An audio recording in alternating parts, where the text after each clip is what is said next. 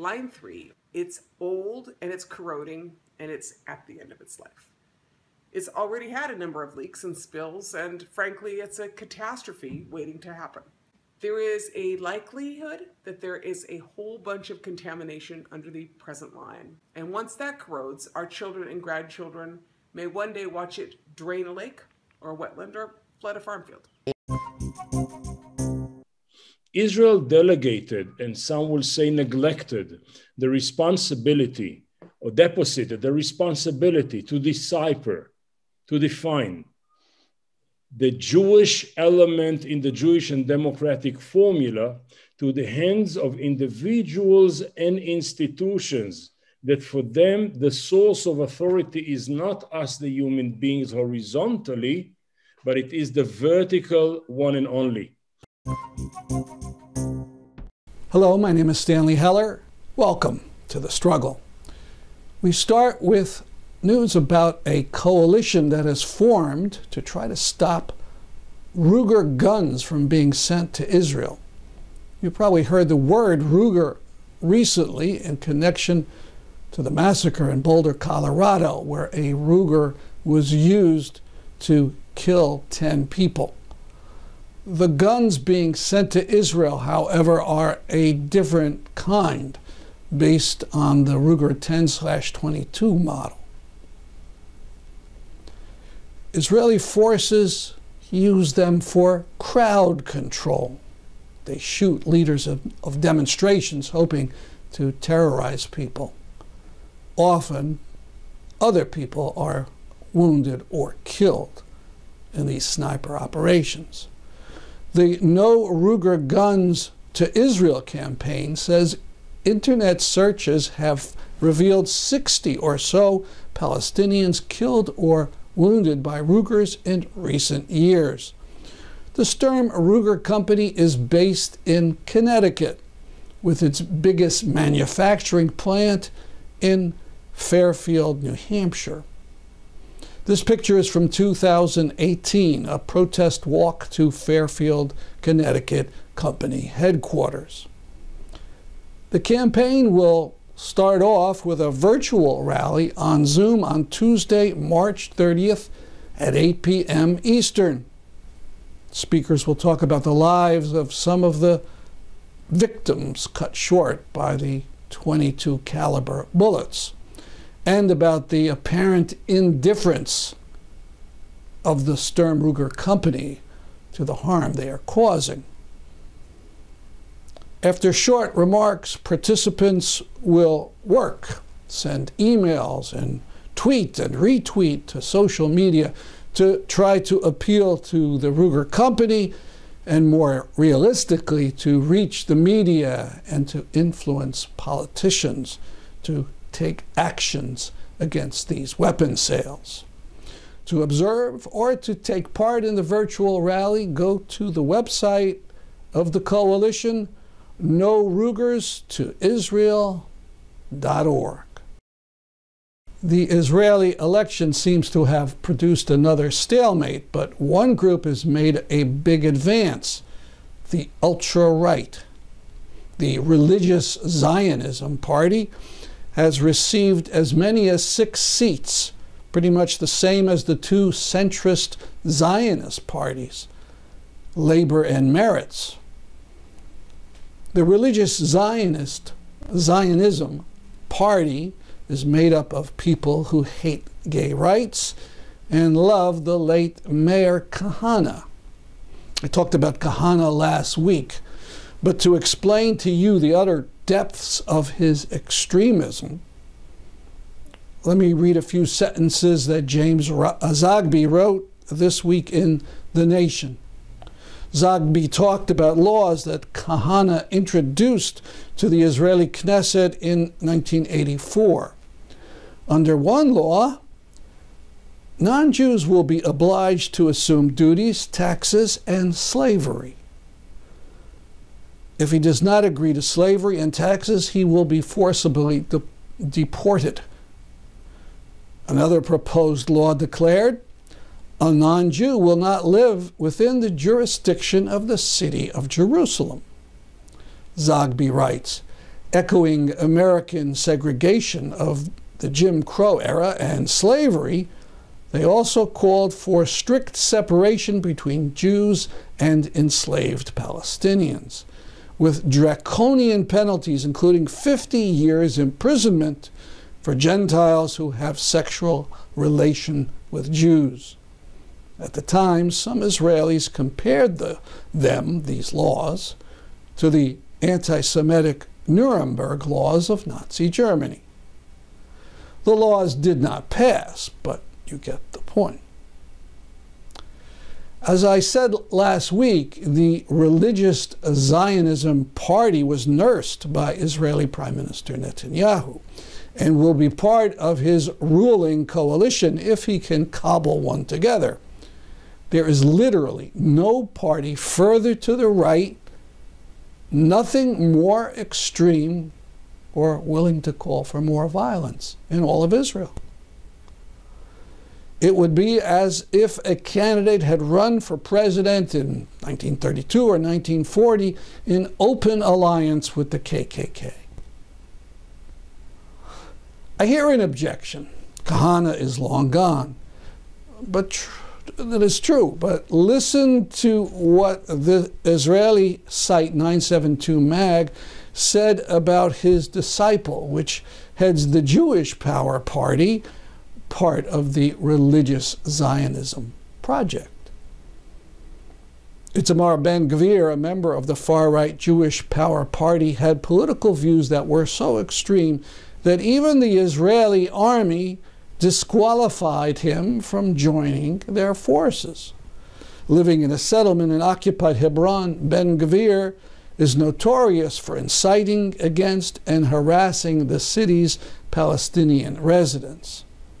He has openly called for the destruction of the Al-Aqsa Mosque in Jerusalem and proudly photographed his former party colleague Michael Ben-Ari ripping apart a copy of the New Testament. And the triumph of the ultra-rights might have inspired this attack that occurred after the election: vandalism of Palestinian cars, the slashing of a score of vehicles. There's an English language Israeli site or station called I-24 that I came across the other day. On it, it had a speech by Naftali Bennett, a right-wing politician whose party could be kingmaker if it joins in with Netanyahu to form a new right-wing coalition. Bennett could even become prime minister with Netanyahu switching over to Israeli president. I found a minute or so of Bennett's speech quite interesting because he admits to something quite different than the usual Zionist argument of Jews being the native people of the land that the Israeli government controls. Listen to 1 minute of what he said. That we must not take the existence of a Jewish state in the land of Israel for granted. My father told me that the first state that we had during the first temple times lasted only 80 years before it split, and we lost most of the Jewish people forever. And the second country that we had, the Hasmonean kingdom, survived only 75 years before we lost our sovereignty. Now, this is our third state, the State of Israel. The State of Israel is now in its 8th decade, the same decade that we've never overcome. This time, none of us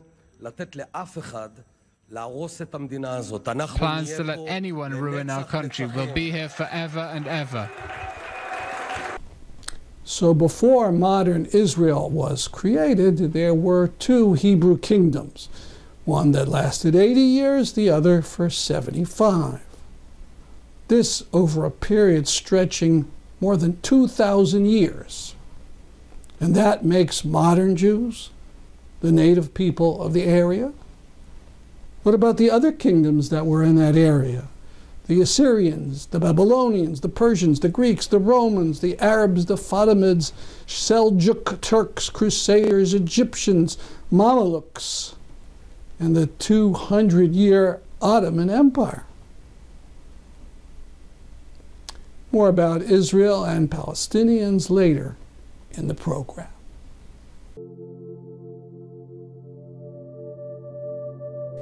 Now about a fight for the climate and the rights of Native Americans in Minnesota. And in northern Minnesota, witnesses say police arrested more than 24 water protectors Thursday as they took nonviolent direct action to stop construction of Enbridge's Line 3 pipeline. Okay, you guys are all under arrest for unlawful assembly and trespass. Are you going to come out on your own free will? This is our land. It's Anishinaabe territory. Yes or no? This is our land. It's Anishinaabe territory. That's the answer you get to the question that you asked. If completed, Enbridge Line 3 would carry more than 750,000 barrels of tar sands oil a day through fragile ecosystems, endangering lakes, rivers, and wild rice beds. Construction crews were idled Thursday for more than 4 hours after land defenders locked their arms together as Indigenous water protectors sang and prayed. This is Indigenous activist and lawyer Tara Houska addressing the Biden administration. Now, for more about Line 3 from the site stopline3.org. What is Line 3? A lot of people want to know, and a lot of people don't know. So think of it this way. There are 6 really old pipelines that they put through in northern Minnesota, shipping diluted tar sands from Alberta to Superior, Wisconsin. And one of those lines is called Line 3. It has, according to Enbridge, about 900 structural anomalies in it. Structural anomalies are things like small little pinhole leaks, maybe come some cracks, and some of those end up to be big problems, like that Kalamazoo spill. That was a structural anomaly. Line 3, it's old and it's corroding and it's at the end of its life. It's already had a number of leaks and spills, and frankly, it's a catastrophe waiting to happen. There is a likelihood that there is a whole bunch of contamination under the present line. And once that corrodes, our children and grandchildren may one day watch it drain a lake or a wetland or flood a farm field. Fixing these problems is very expensive, so Enbridge wants to abandon the pipeline, walk away, and build a brand new one in a brand new corridor. Enbridge calls this a replacement project. They're replacing Line 3. They are not replacing Line 3. They are putting in a whole new corridor and doubling the size of the line. That is not a replacement. That's a brand new line, and that's what's wrong. So we've got 2 problems. First, we've got a problem of the proposed new Sandpiper and Line 3 corridor through the heart of our best lakes and wild rice watersheds and through our treaty territories. We also have the problem of this old crumbling line that Enbridge wants to abandon. And right now what abandonment means is that they just leave it and walk away. And the company says that they will take care of it, but it is not clear that there is any liability from the Enbridge Corporation. The worst part is that neither the United States government or the state of Minnesota has any plan to deal with it. The good news is that the Ojibwe tribes are standing up, and a lot of landowners, county commissioners, and mayors are getting increasingly concerned about who's going to be liable for Enbridge's mess. So tell Governor Dayton to tell the state legislator, to tell county commissioners that abandonment is not what we want. We want big Canadian energy corporations to clean up their mess and not leave it for all of us. And we feel that they should put hard-working Minnesotans to work doing it. It's time to make a plan, investing in cleaning up and stabilizing our existing infrastructure in building stuff that actually serves people. Miigwech, this is Winona LaDuke.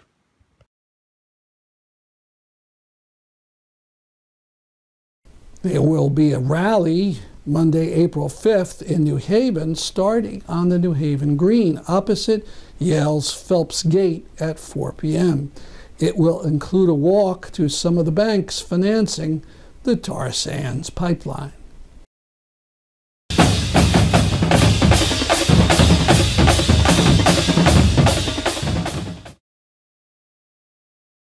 These are photos from the northwest of Syria, where the Russians have recently bombed a hospital.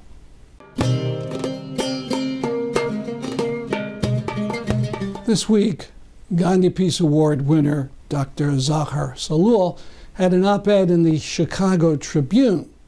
It was entitled, "President Biden's Silence on Syria Must End."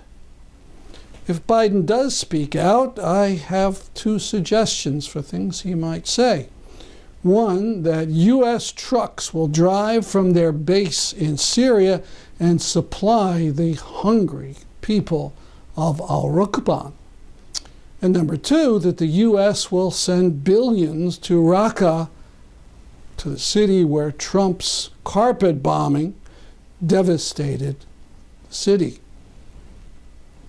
We link to Dr. Sahlul's piece on thestruggle.org. Some people are fed up with the so-called leftists who are willfully ignorant of the terrible harm done by dictators and pigs who mouth a few leftist slogans while they tyrannize and brutalize their people. Here's a notice of an event on Saturday, April 17th at 5 p.m. Denouncing the anti-imperialism of the asses. Speakers will talk about and demolish apologists for Assad and Maduro and Putin and Ortega and the like. More at rpm.world. And an open letter on this very subject, signed by hundreds of people. It's called "Erasing People Through Disinformation, Syria and the Anti-Imperialism of the Fools." We link to it at thestruggle.org. Later in April, activists with Jewish Voice for Peace will take part in a program paying tribute to 6 courageous women. Save the date. This photo is of Nasrin Sotoudeh, the brave Iranian human rights lawyer, with her family. She was freed from an Iranian prison for a few days for the holiday of Nowruz. Now, from Independent Jewish Voices, a discussion talking about the subject of whether Israel can be Jewish and democratic. The most well-known speaker is Avram Berg. He was once Speaker of the Israeli Knesset, a very powerful position. He was a member of various Zionist parties, but as we mentioned in a past show, he has asked an Israeli court to take away his Jewish nationality, saying he doesn't want to be part of a group of masters over the Palestinian people. The title of this evening is, "Can Israel be both Jewish and democratic?" And my answer is no.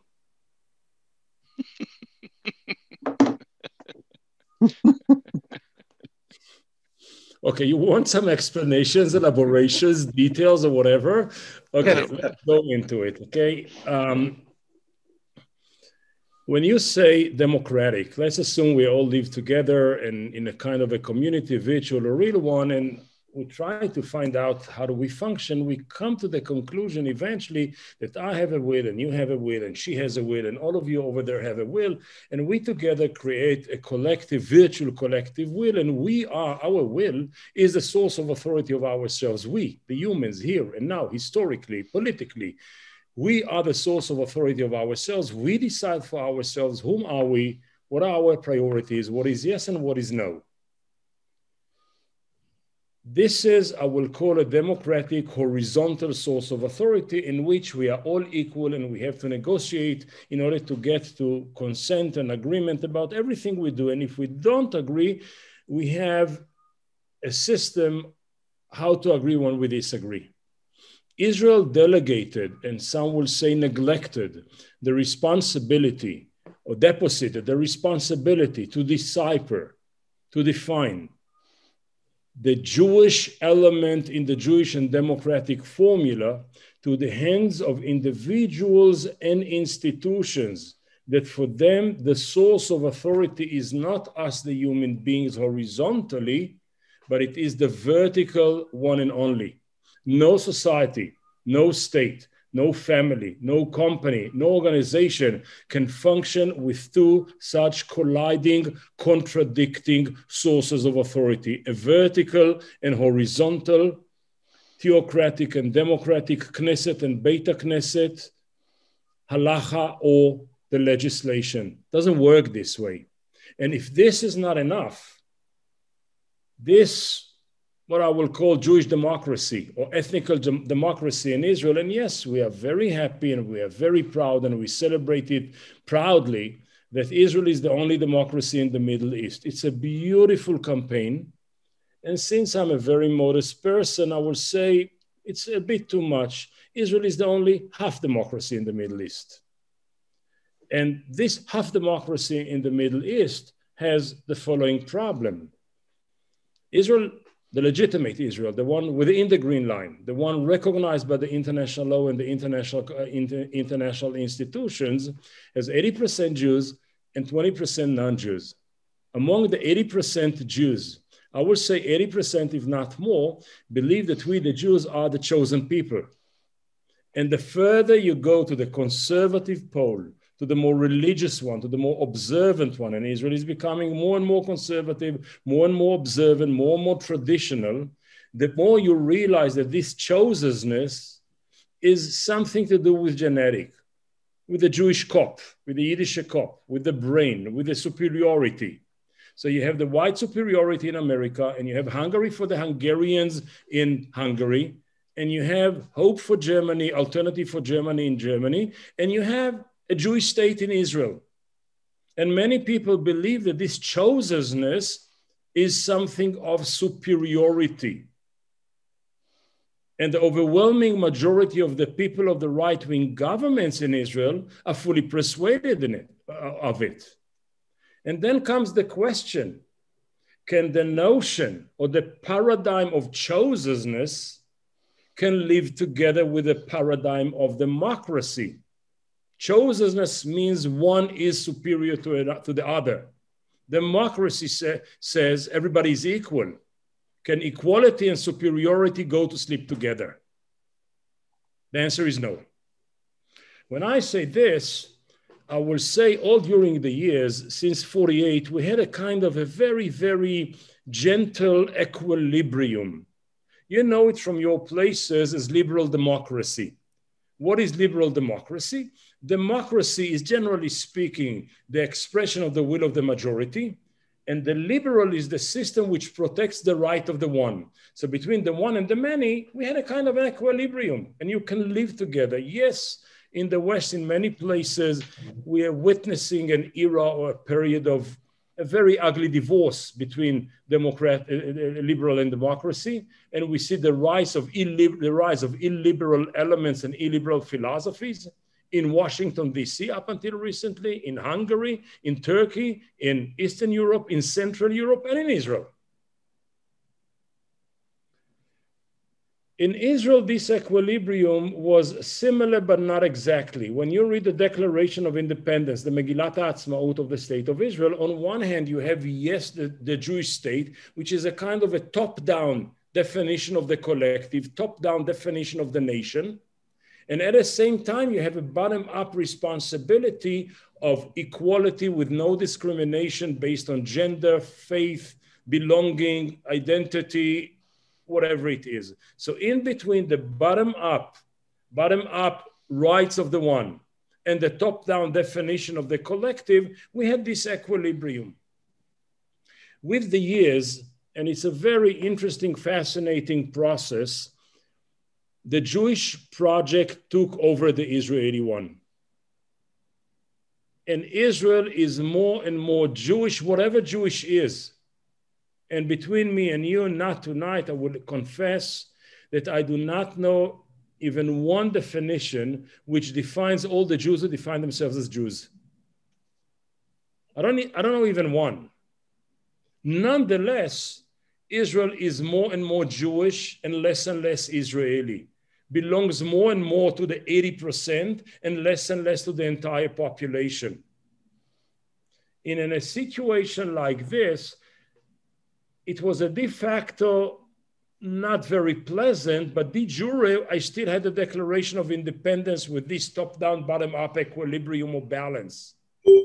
2 years ago, the legislator, the Knesset, passed a basic law which is equivalent or equal to constitutional amendment, which is a redefinition of the nation state or the nation of the state. And by this totally compromising or annihilate the 48 equilibrium and create a new de jure reality defining the Jewish collective in Israel in such a way which is not balanced, insensitive to the minorities and their rights, and depart dramatically from the classical historical definition of historic Judaism.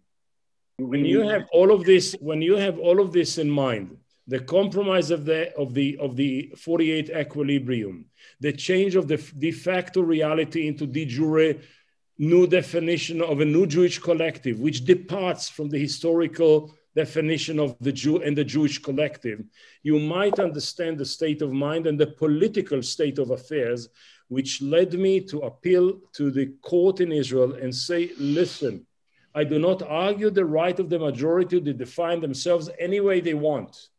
It's okay, it's legitimate, it's a democratic process, but nobody conscientiously can impose on me a definition or a belonging which does not define me and force me to belong to a collective I do not feel part of. And therefore, I asked the population registry, which is the Ministry of Interior in Israel, to say, if this is their new definition of a Jew, I'm an old Jew. I'm a Jew like my father and grandfather and mother and grandmothers who always believe to be a Jew wherever you are is to be different but equal, equal but different. This is right when I was a minority. This is extra right when we are a majority now and should be sensitive to the right of the minority or minorities to be equal but different. That's our program for today. Be careful, folks, but stay active. I'm Stanley Heller for The Struggle.